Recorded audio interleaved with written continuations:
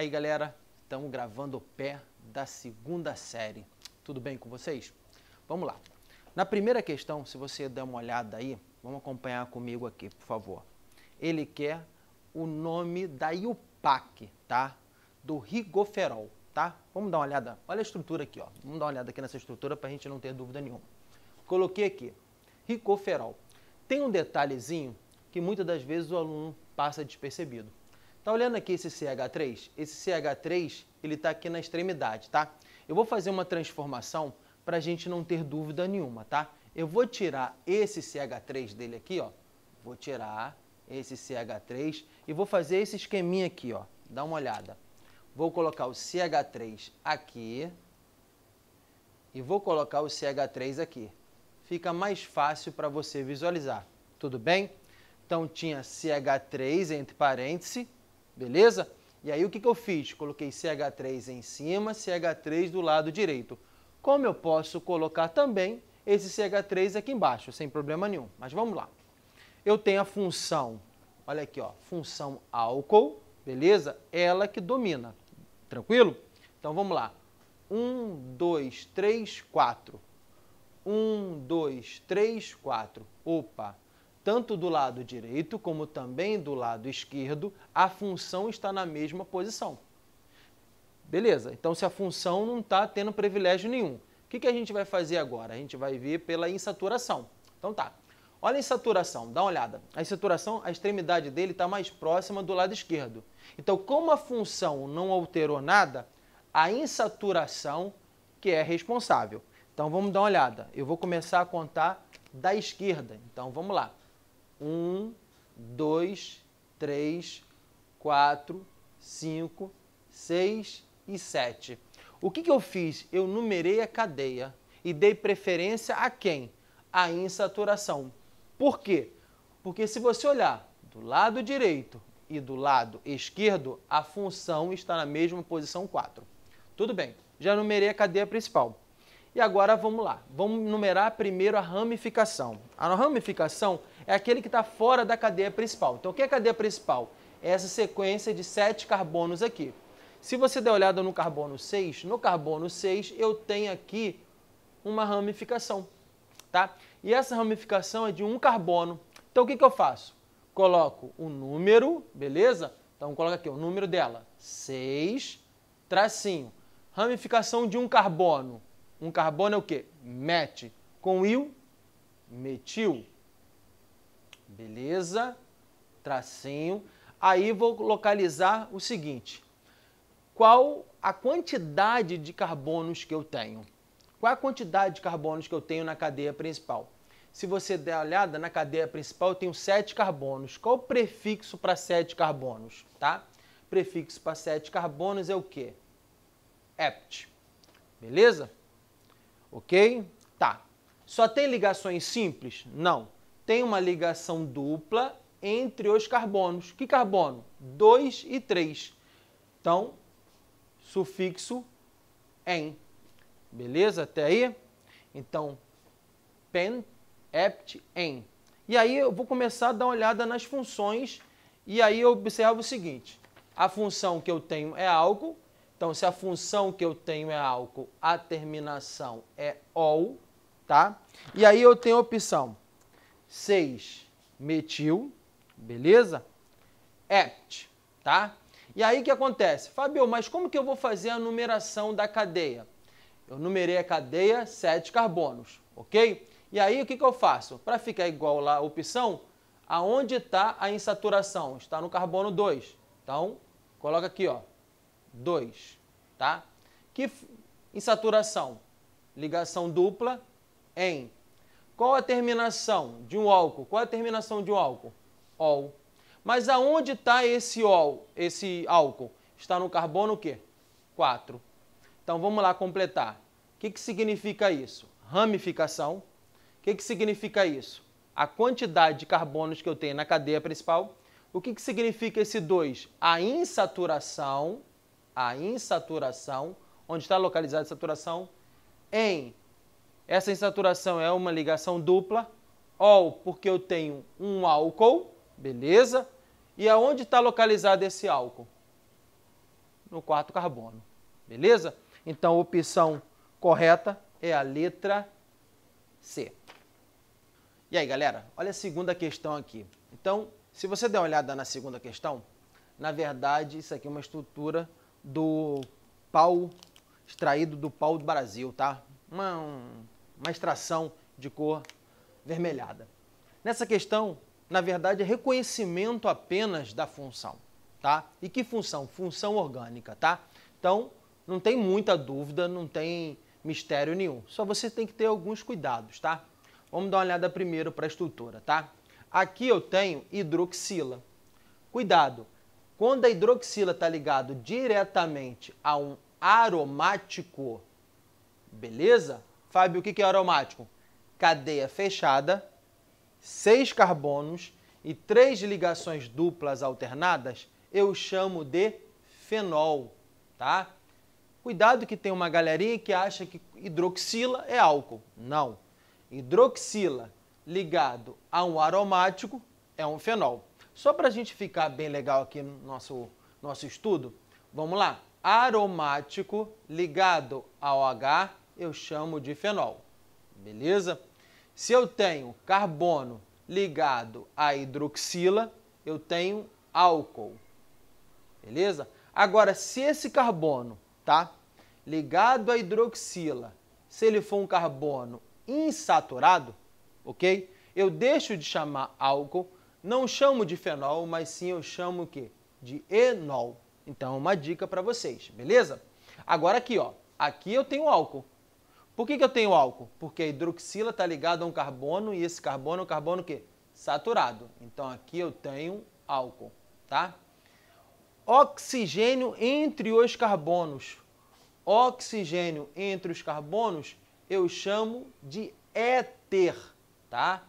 Toda vez que eu tenho oxigênio, uma cadeia heterogênea entre os carbonos, eu chamo de éter, beleza? Olha aqui, detalhe aqui, ó. Ó, hidroxila ligado a um carbono o quê? Insaturado. Então aqui eu chamo de enol, beleza? Ah, C dupla O.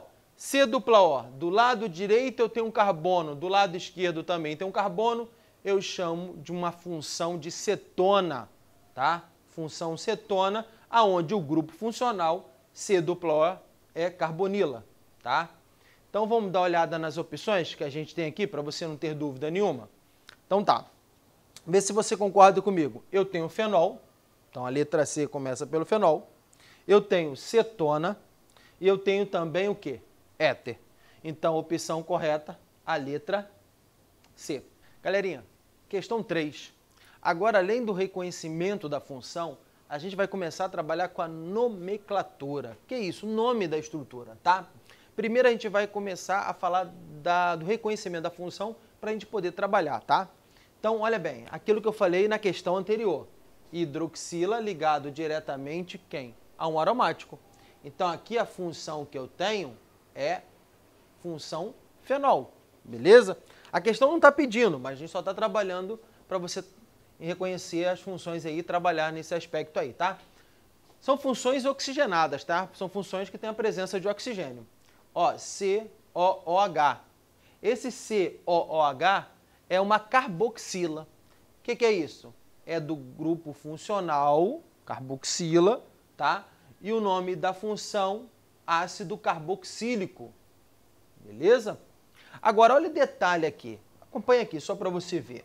COH. O que acontece isso? O aluno, quando der uma olhada, ele vai achar que, pô, isso aqui é um álcool. Amiguinho, não pode ser um álcool. Por quê? Se for um álcool, o carbono está fazendo 2 ligações. E sabemos que o carbono é tetravalente. O carbono faz 4 ligações, ok?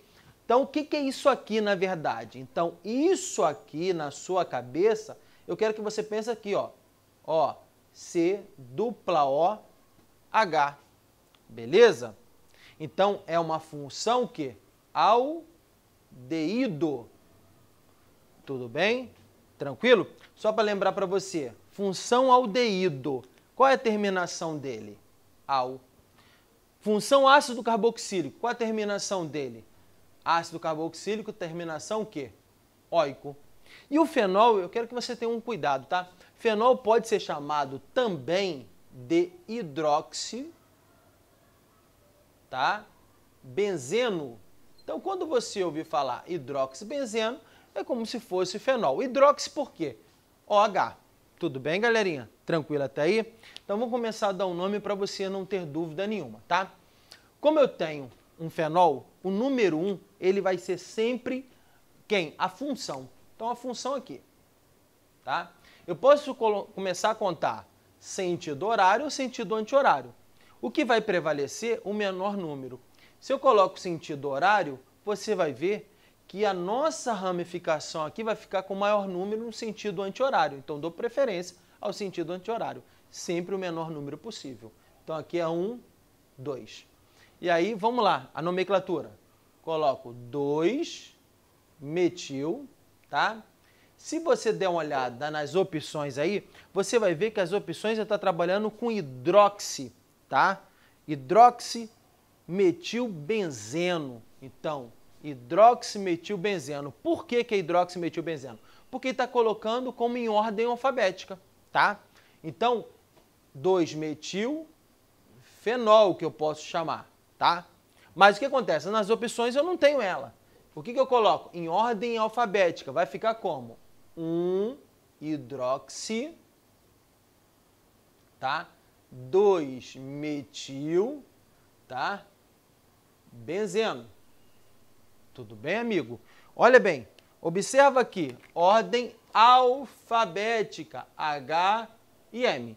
Então, só estou dando uma dica para você que você também pode chamar esse hidroxibenzeno em fenol. Ah, vamos imaginar numa discursiva, eu coloquei 2-metilfenol.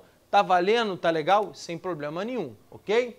Então já demos o nome na primeira estrutura aí. A segunda estrutura, como eu falei para você, é um ácido carboxílico, que a terminação dele é óico. Vou começar a namorar, até gaguejei, né? Me empolguei aqui, falei de namorar. Vou começar a marcar, na verdade, na função o quê? Ácido carboxílico.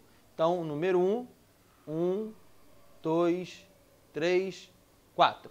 Beleza? Aonde está a ramificação? A ramificação está no carbono 3. Então tá, coloca aqui, ó, 3-metil, porque é uma ramificação com um carbono apenas.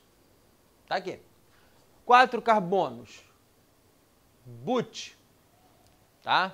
Ah, só tem ligação simples entre os carbonos. E a terminação dele o quê? Óico, tá? Então, 3-metil, tá? Butanóico. Butanóico porque tem 4 carbonos, ligação simples entre os carbonos e a função que? Óico, tá? E o último, aquele cuidado que eu falei para você, se você olhar, isso aqui não é o álcool, mas sim um aldeído, com a terminação dele é al. Então, como que eu faço para dar o nome? Tem alguma ramificação? Não. Então, só vou dar nome à cadeia principal. 3 carbonos. 1, 2, 3. Prop. Só tem ligação simples entre os carbonos. Olha bem, C dupla O, não importa, não está entre os carbonos. Então, an. E a terminação al. Beleza? Então, a opção que você vai marcar aí para ver se está corretinha é a letra E, que na verdade é quem? 1-hidroxi-2-metilbenzeno, 3-metilbutanóico e propanal. Resposta certa, letra E. Falou, galera? Amiguinhos, questão 4, novamente orgânica. Tem aqui freon 12, é um gás, né? CF2Cl2. Essa é bem tranquila, tá? Não vai te estressar bastante, não. Dá uma olhada aqui para mim. F e Cl, tá? Vamos pegar, na verdade, a química inorgânica. Tanto o flúor como o cloro são halogênios, tá? Quer dizer isso? São elementos da família 17, antiga família 7A. Na verdade, halogênios, esse nome é formadores de sais, beleza? Mas se a gente pegar esses halogênios e passar para a orgânica, existe uma função, tá, dele, tá? Os halogênios, na verdade, são os haletos. Então, qual é a dica? Toda vez que eu tenho elementos da família 17, flúor, cloro, bromo e iodo, ligado a uma cadeia carbônica, beleza? Ligado a uma cadeia carbônica, a função é aleto. Se você der uma olhada no seu materialzinho, resposta certa, letra C. Valeu, galera? Valeu. Amiguinhos, questão 5, a última questão da orgânica, tá? Dá uma olhada na estrutura aqui, beleza? Novamente, se a gente for trabalhar lá na nossa questão 1, a gente primeiro tem que observar a cadeia carbônica e verificar que função orgânica está sendo representada aqui. Vem, acompanha aqui comigo, ó. C dupla O H. Que função é essa? Lembra? Lembra? Que função é essa? A gente já comentou aqui no nosso estudo. Aldeído. Beleza? Se aldeído, a terminação dela tem que ser o quê? Al. Então, quando eu tenho a função, os menores números têm que começar a partir da função.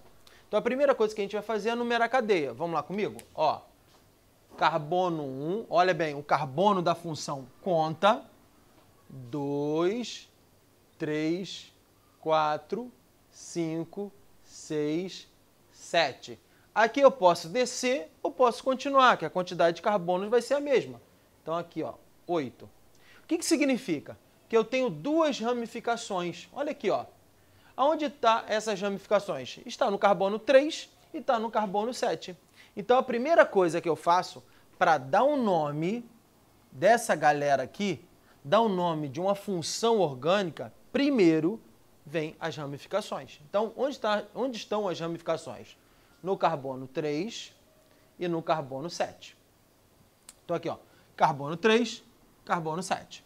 Beleza. E aí o que acontece? Ramificação com o carbono, met, beleza? Mais il, metil. Então eu tenho metil no carbono 3 e metil no carbono 7. Então eu coloco 3, 7, dimetil. Tudo bem? Então já dei o nome à minha ramificação. E a partir daí eu vou dar nome a quem, na verdade? A minha cadeia principal. A minha cadeia principal tem quantos carbonos? A cadeia principal, ela tem 8 carbonos. Qual o prefixo para 8? Oct. Tá? 8 carbonos, oct. E aonde estão, na verdade, as minhas insaturações? 2 e 3. Olha o detalhe, sempre menor. 2. 6 e 7. Sempre menor. 6. Então tá, oct, 2, 6, o que? Dietil. Por que é dietil? Di, porque tenho duas insaturações. Insaturações de ligações o que? Duplas. Então o sufixo é em. Então, ligação dupla. Está no carbono 2, está no carbono 6. Então, por isso que é chamado 2,6-dien, tá? E qual é o final? Final é o nome da função que está prevalecendo aqui. Al, tá?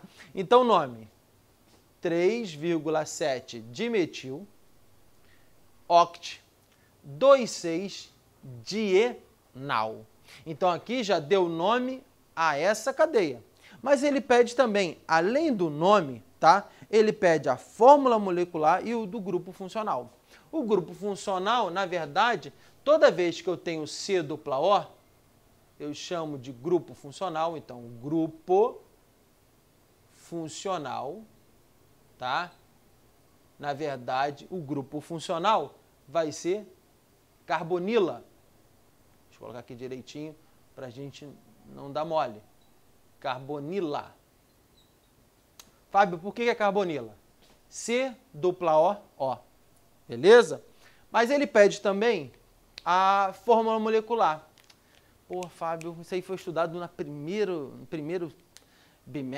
trimestre lá, tô meio enrolado. O que é a fórmula molecular? Fórmula molecular nada mais, nada menos que a quantidade de carbonos, hidrogênios e qualquer outro elemento químico. Vamos aqui comigo, ver se você concorda. Quantos carbonos eu tenho? eu tenho 8 carbonos da cadeia principal, tenho um carbono de uma ramificação e um carbono de outra ramificação. Então, na verdade, C10. Então, na verdade, essa cadeia carbônica tem 10 carbonos. Olha bem, quando pede a fórmula molecular, não é só a cadeia principal, é a cadeia toda. Então, C10, tá? Quantos hidrogênios que eu tenho? Beleza, então vamos contar. 1, 2, 5, 7, 9, 10, 13, 16. Então, eu tenho 16 hidrogênios. E eu só tenho apenas o quê? Um oxigênio. Beleza? Então, vamos lá responder. Primeira coisa que ele pediu, a fórmula molecular. Está aqui, ó. C10H16, ó. Qual o segundo informação? Qual é o segundo dado que ele quer? Que ele pediu? Ele quer o nome do grupo funcional. Qual é o grupo funcional? Grupo funcional carbonila. E terceira e última opção, ele pede, na verdade, o nome, tá, dessa estrutura. 3,7 dimetil octa 2,6 dienal. Beleza, galera? Fechou? Amiguinhos, vamos agora tirar a orgânica de lado e vamos falar de físico-química, tá? Olha a questão 6 aí. Uma forma de gelar bebidas rapidamente consiste em preparar um recipiente com gelo e água e adicionar sal grosso ou álcool. A mistura assim produzida é denominada mistura refrigerante, pois atinge temperaturas abaixo de 0 graus Celsius e proporciona um excelente meio de gelar as latas e garrafas colocado dentro dele. Sobre esse processo, é correto afirmar... Olha bem, vamos pensar direitinho. Que matéria é essa? Propriedade coligativa. Mas o que vem a ser, na verdade, propriedade coligativa? Tá? Olha bem, imagina só, eu tenho uma solução, então a gente, como a matéria vai se estender um pouco propriedade coligativa, eu vou dar uma ideia aqui para a gente não ter dúvida se você perdeu em sala de aula, tá? Imagina só se eu tenho uma solução, tá? Tá aqui, tá? Já falamos em solução, tá? Mas vamos imaginar que ao invés de eu falar em solução, eu vou falar de solvente. Então, eu vou falar de água, tá? Tenho água aqui. O que acontece? Essa água, ela tem dois aspectos físicos. Ela entra em um processo de ponto de fusão a 0 graus Celsius e ela entra em processo de ebulição a 100 graus Celsius. Beleza. Então, olha bem, solvente. Ok? Aí, vamos imaginar que eu coloco, tá? Aqui dentro, tá? Um sal. Vou colocar aqui NaCl, tá? O que vai acontecer? Esse NaCl aqui dentro vai perturbar esse solvente. Eu quero que você imagine o seguinte, você na sua casa, tá? E de repente você precisa sair da sua casa rapidamente, tá? Imagina só você no estado sólido e a porta de saída da sua casa seja a parte líquida, ok? Se lá na porta não tem nada atrapalhando, você vai sair naturalmente, sem problema nenhum. Agora imagina só quando você coloca um sal aqui dentro, um soluto não volátil, tá? O que vem a ser soluto não volátil? Aquele soluto que o ponto de ebulição não é baixo, tá? E aí você vê que na saída lá da sua casa tem várias cadeiras lá na frente. Você vai ter dificuldade em passar aquela porta. É a mesma coisa quando você adiciona sal aqui dentro desse solvente. Esse sal ele vai perturbar esse solvente. O que vai acontecer? Propriedade coligativa. Eu vou ter, na verdade, uma variação, que a gente até brinca, pra, você. Cara, para que para você assim? Vamos lá, pensa comigo. O que vem a ser propriedade coligativa? Quanto maior o número de partículas, no caso do NaCl, é um processo de dissociação, tá? Então, quando eu coloco um soluto não volátil aqui dentro, no meio aquoso, eu vou ter a formação de 2 mols de partículas, tá? Isso irá perturbar esse solvente. Então, quanto maior o número de partículas, maior efeito coligativo que eu quero. E que efeito coligativo é esse? É tipo nome de exame clínico, para você ter ideia. Por isso que a gente brinca que é para você. Então, conforme vai aumentando o número de partículas, o que vai acontecer? Vapor. Pressão máxima de vapor. A pressão máxima de vapor vai o quê? Diminuir. Tá? Osmoscopia. O que é osmoscopia? Pressão osmótica. A pressão osmótica da solução vai o quê? Aumentar. Crioscopia, que é o ponto de congelamento, vai o quê? Diminuir. E o ponto de ebulição, que é ebuloscopia, irá o quê? Aumentar. Então, isso é propriedade coligativa, ok? Então, quando eu coloco um soluto dentro de um solvente, eu vou ter perturbação daquele solvente de tal forma que os processos físicos serão alterados, tá? Ou para cima ou para baixo, tá? Porque a propriedade coligativa diz quanto maior o número de partículas, menor quantidade de vapor, maior pressão osmótica, menor o abaixamento do ponto de congelamento e maior o ponto de ebulição. Nesse caso, na questão, olha bem, ele fala de uma mistura, falando de refrigerante, tá? Então, se você olhar as opções todas aí, você vai perceber que a única que é coerente é a letra o quê? A. Por que a letra A? Uma mistura de gelo, água e açúcar. Olha o açúcar, o papel do açúcar. Um soluto o quê? Não volátil. Quando eu coloco um açúcar aqui, ele vai perturbar o quê? A propriedade física desse solvente, tá? Então, a mistura de gelo, água, açúcar pode ser uma mistura de refrigerante? Pode, porque vimos que água, tá? Solvente, em contato com soluto não volátil, tá? Ocorre propriedade coligativa. Beleza, galera? Amiguinhos, continuando, questão 7. Falamos da questão 6, onde falamos de propriedades coligativas, tá? A questão 7 vai na mesma vibe, tá? Conservação de alimentos e o conjunto de métodos que evitam a deteriorização dos alimentos ao longo de um determinado período. O objetivo principal desses processos é evitar as alterações provocadas pelas enzimas próprias dos produtos naturais ou por micro-organismos que, além de causar o apodrecimento dos alimentos, podem produzir toxinas que afetam a saúde dos consumidores. Mas também existe uma preocupação em manter a aparência, o sabor e o conteúdo nutricional dos alimentos. Uma das técnicas utilizadas é a desidratação, em que se remove ou se diminui a quantidade de água no alimento, para evitar que sejam criadas condições propícias para o desenvolvimento dos micro-organismos, já que a água é essencial para que eles existam. Por favor, sublinha esse parágrafo aí, que é importantíssimo para a gente continuar. Beleza? Sublinha isso aí. O bacalhau, a carne seca, por exemplo, são assim conservados com adição prévia de sal de cozinha. Opa, aquilo que a gente comentou na questão anterior. Estou adicionando um soluto não volátil e vou fazer a alteração física dessa solução. Que desidrata, então, retira a água do alimento por osmose. Olha, galera, você viu lá na biologia, né? Osmose, né? Aquela troca de uma solução menos concentrada para a solução mais concentrada através de uma membrana semipermeável, tá? Então, isso é osmose, beleza? Ok. Sobre o texto e o processo descrito, é correto afirmar. O que é correto afirmar? Isso tudo que eu falei aqui para você, tá? A letra A, você viu que o sal de cozinha apresenta a forma molecular, é NaCl, isso a galera toda sabe, tá?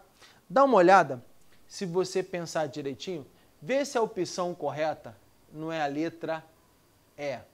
Por que a letra E? Porque aquilo que eu pedi para você sublinhar lá em cima, a osmose cria um ambiente desfavorável, tá? À sobrevivência dos micro-organismos. Por quê? Porque qualquer micro-organismo, tá? Ele precisa da água, tá? Para sobreviver. Tanto que lá no texto ele fala, uma das técnicas utilizadas é desidratação, retirada de água, em que se remove ou se diminui a quantidade de água no alimento, para evitar que sejam criadas condições propícias para o desenvolvimento dos micro-organismos. Então, se eu li a questão 7 com muito cuidado, você vai ver que a resposta é a correta.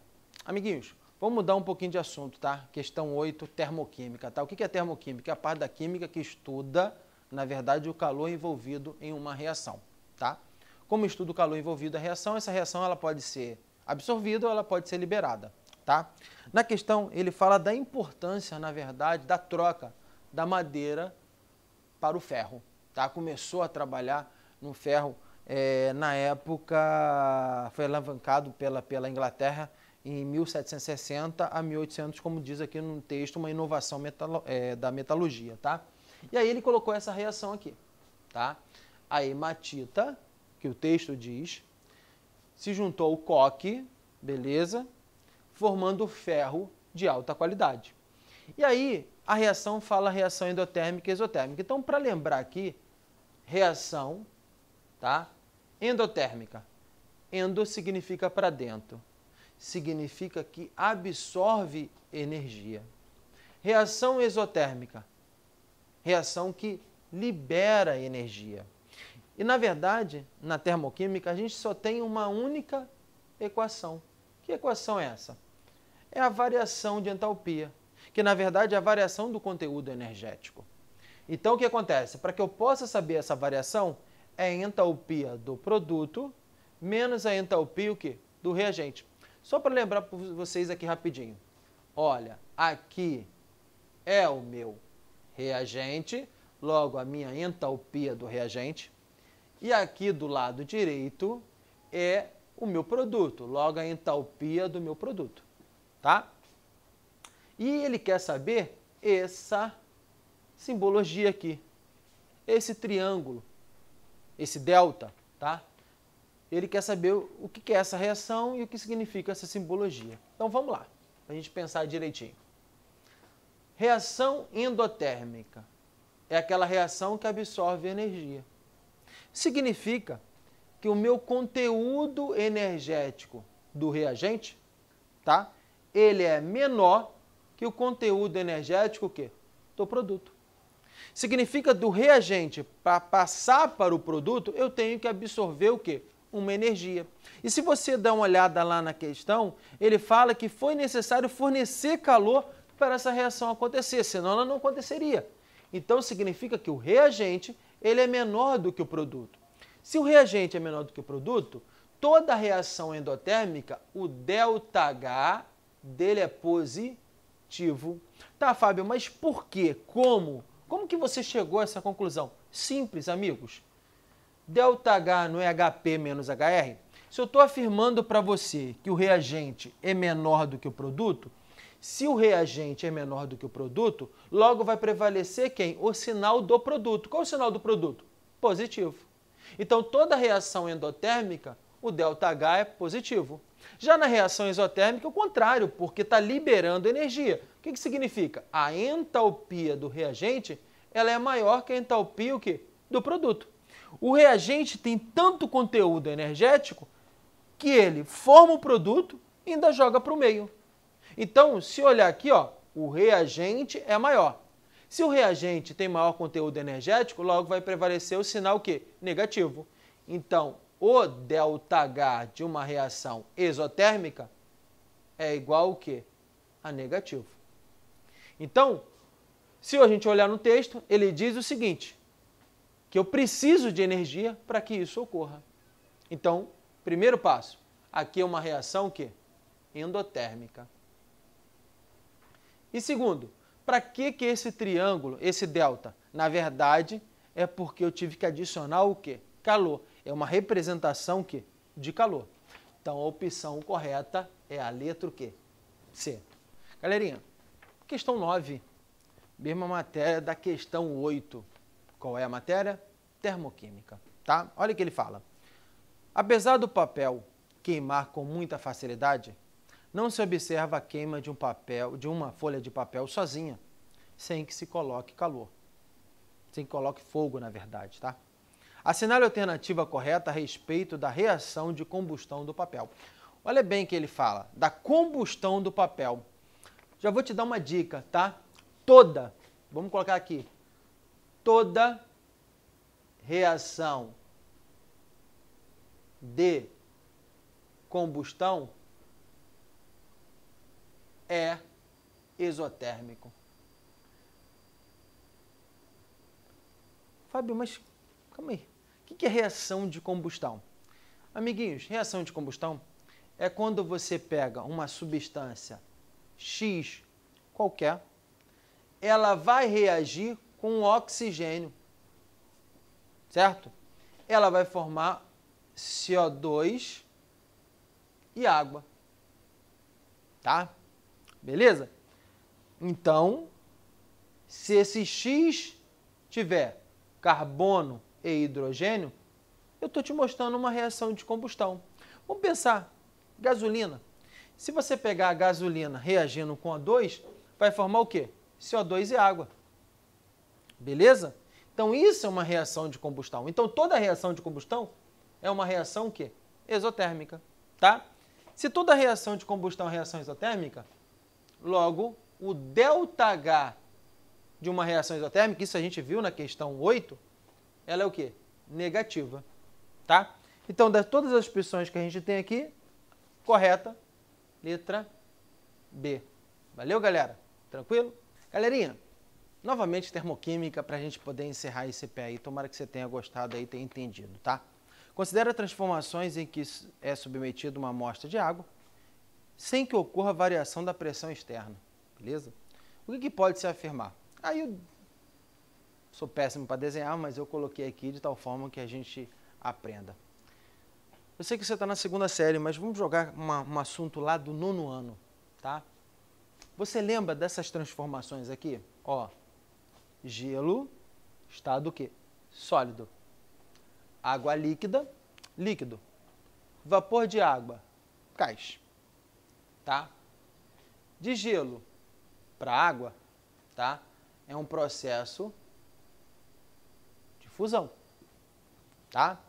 De líquido para vapor de água, um processo de vaporização, tá? Vê se você concorda comigo. De gelo, água e para vapor de água, eu necessito de uma adição que? De energia. Então, aumento de temperatura. Então, eu posso falar que do gelo para o vapor de água, o processo é um processo que? Endotérmico. Tá legal até aí? Processo endotérmico. Agora, tá? Vamos dar uma olhada. Vamos ver aqui se você não tem dúvida nenhuma. Gás para líquido, que eu chamo de condensação, tá? Ou também chamado de liquefação, tá? E líquido para sólido, eu chamo de solidificação, tá? Repara bem, se eu tenho um vapor de água e eu quero passar para gelo, tá? Esse meu raciocínio aqui, eu tenho que diminuir o quê? A temperatura. Se eu tenho que diminuir a temperatura, esse sentido é um sentido o quê? Exotérmico. Tudo bem até aí? Tranquilo? Então vamos lá. Fusão e vaporização. Eu tenho que adicionar a temperatura. Se eu tenho que adicionar, eu tenho que absorver essa temperatura. Então, é um processo endotérmico. Ao contrário, condensação e solidificação, eu tenho que diminuir a temperatura para esse processo físico acontecer. Então, a transformação, a reação é o quê? Exotérmica, tá? Dando uma olhada às opções, na verdade, a correta é a letra o quê? E. Por que a letra E? A quantidade de energia liberada em a quantidade de energia liberada, ó, exotérmica em 1, tá? É igual à quantidade absorvida o quê? Em 2. Por quê? É um processo gasoso para líquido, líquido para gasoso. Como não tem interferência nenhuma de pressão, a opção correta é a letra E. Valeu? Obrigado aí, tomara que tenham gostado.